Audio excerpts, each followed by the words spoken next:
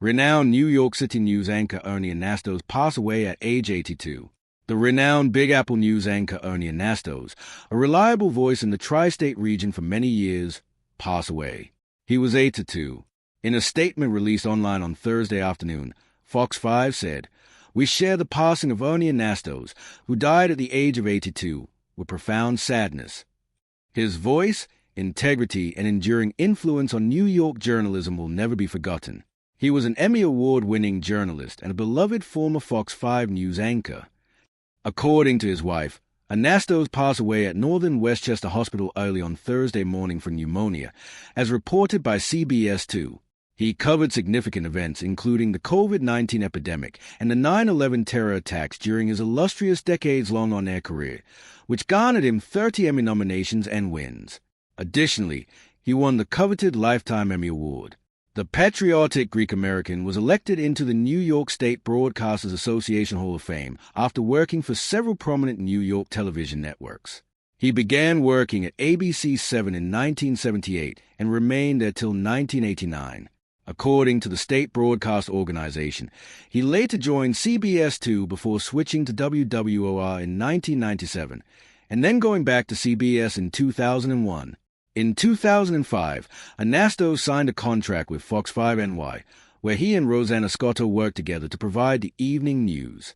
Around 2020, he quit Fox 5 to attend Harvard Business School's Leadership Management program. Prior to his passing, Anastos worked as a radio broadcaster for 77 WABC and considered Walter Cronkite to be one of his heroes. In an Instagram video posted on March 3rd, he stated, "We have to teach truth in our homes and in our schools, wherever we have that opportunity. I believe that everyone needs to take a step back and say, let's stand up for truth, support it, and make sure that we live it every day." Anastos told the New York Times in a 2010 profile that he was under pressure to give up his famous Greek last name early in his career. According to the Times feature, a supervisor at a television station in Rhode Island proposed calling him Keith Andrews, but his employer at a Boston radio station wondered if he would feel awkward if he was called Ernie Andrews. He remembered, ethnic names weren't all that hard. Soon after the news of his passing, condolences flooded in. Working with him and anchoring with him on the 10 o'clock news was enjoyable. Scotto posted on Facebook, saying, "He was a good man and someone we really looked up to. Everyone is devastated." Teresa Priolo, a former co-worker at Fox 5, referred to him as the heart of our newsroom. "I'm here to verify that all of the positive things you will read and hear about this man are accurate. And more than that, times 10, she posted on Facebook. "In this crazy news business and in life, he was a gold standard." The passing of Ernie Anastos represents far more than the loss of a respected journalist. It marks the end of a chapter in the history of television news in New York City and across the United States. For decades, Anastos stood as a symbol of reliability in a profession where credibility is everything. Viewers welcomed him into their homes each evening, trusting him to explain the events shaping their lives and their city. His legacy is defined not only by longevity but by consistency. In a media environment often driven by ratings battles and rapid change, Anastos maintained a steady commitment to professional standards. His reporting style reflected calm authority rather than sensationalism. That approach helped him earn the respect of both viewers and fellow journalists. The numerous awards he received, including dozens of Emmy recognitions and a Lifetime Emmy Award, demonstrate how deeply his work resonated within the industry. Yet the tributes following his death reveal something even more meaningful: the admiration of those who worked with him. Colleagues described him as a mentor, a leader, and a person whose character matched his professional excellence.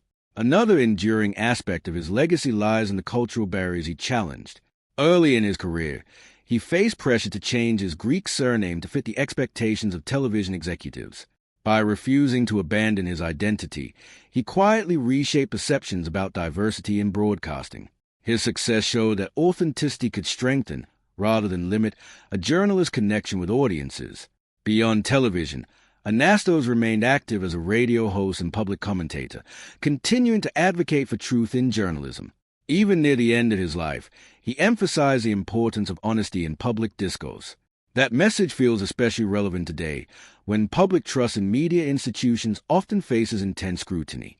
Ultimately, the story of Ernie Anastos is about more than one individual career.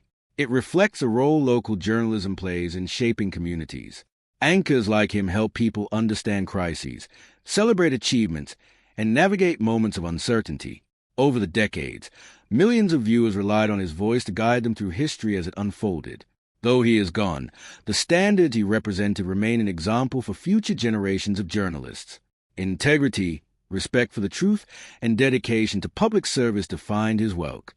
In that sense, Ernie Anastos leaves behind not only memories of a distinguished career but a lasting model of what responsible journalism can achieve.